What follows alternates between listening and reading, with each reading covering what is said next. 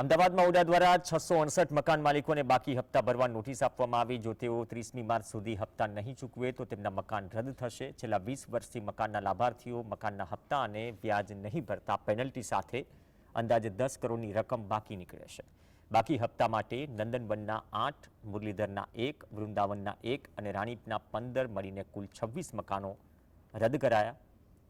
હવે જો બાકી રહેલા 668 મકાનના લાભાર્થીઓ હપ્તા નહીં ભરે તો તેમના મકાન પણ રદ કરાશે। જૂના જે આવાસો છે કે ઘણા વર્ષો પહેલાંના છે ને લાભાર્થીઓ એ આવાસમાં રહી પણ રહ્યા છે।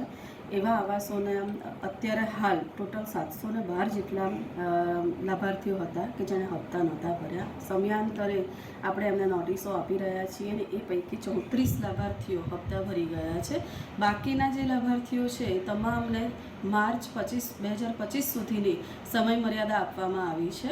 એ લોકો જો ત્યાં સુધીમાં હપ્તા ભરી જશે તો એમના દસ્તાવેજ